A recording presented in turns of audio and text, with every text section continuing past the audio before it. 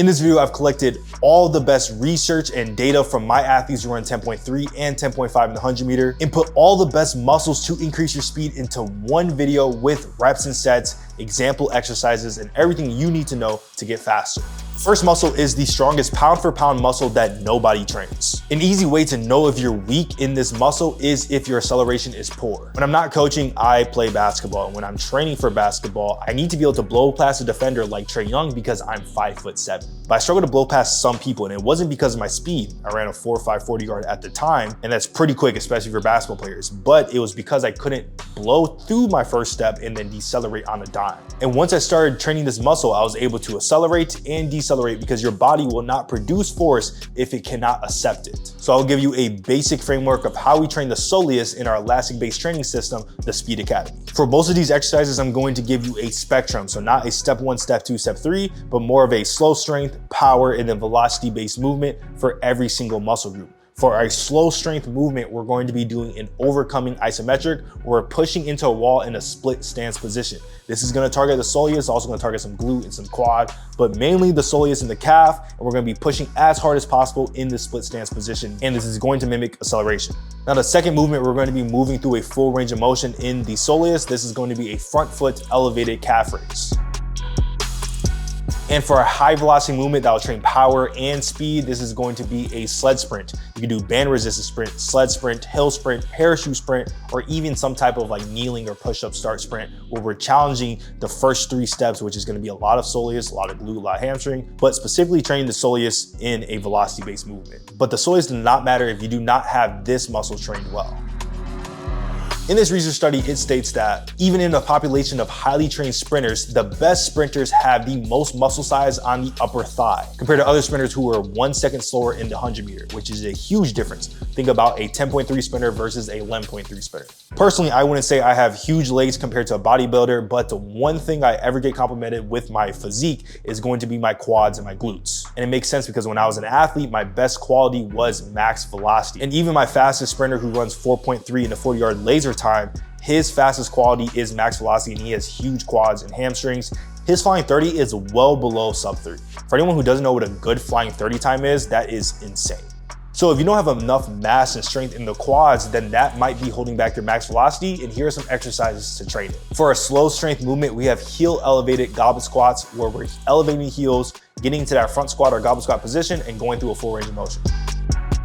For the middle of the pack movement, we're kind of developing a little bit of strength and velocity. We're gonna be doing resisted goblet squat jumps or deep knee resisted jumps, where we have some type of resistance, maybe 10 to 20% of our body weight. We're trying to jump as high as possible through a bigger range of motion. And to develop the quads with a velocity-based movement, we're going to be doing depth jumps. So this is also gonna develop power and speed, but we're also gonna be developing a lot of the knee sensors like the quads.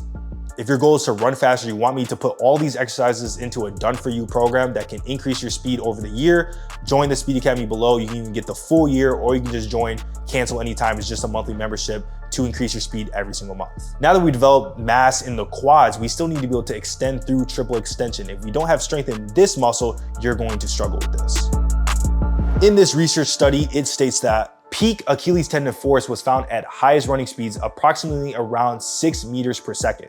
The soleus and gastroc muscles are responsible for generating large proportion of the ground reaction forces during running. So if you're an athlete who feels like you have a lot of strength, but it isn't transferring over to sprint speed, the strength and elasticity in your gastroc and soleus might be the reason why you can't transfer that strength to speed. So I'm gonna give you a simple progression I take all my athletes through to help improve this quality. For our slow strength movement, we're gonna try to get as strong as possible in the single leg calf raise. My favorite variation is gonna be the Smith machine, but you can also do dumbbells or barbells, around 2 to 3 sets of 8 to 12 reps. Then for our moderate movement, that's a little bit of strength and a little bit of elasticity, we're gonna do single leg pogos. Single leg pogos are pretty hard on the joints, so if this feels too hard, don't push yourself too much. You might even feel better doing the next variation, which is the velocity-based movement. You're gonna be doing skips for 30 seconds all the way up to 3 to 5 minutes. Usually I'll do about 2 to 3 sets in the Speed Academy as a warm-up. Now we've covered 3 of the most important muscles for speed, but there's still one muscle that if you do not have strength in, you're just gonna be slow.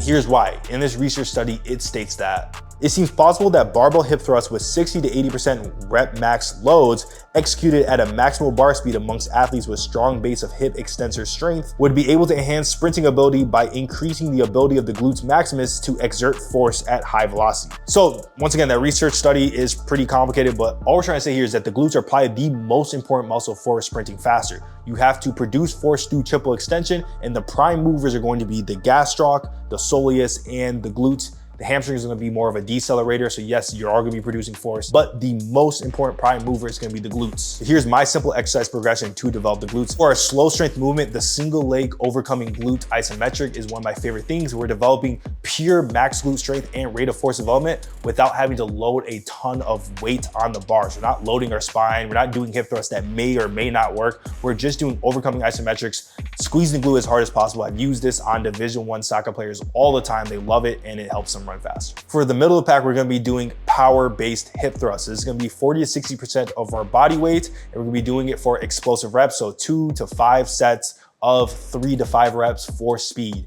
with a little bit of weight, so it's going to develop optimal power.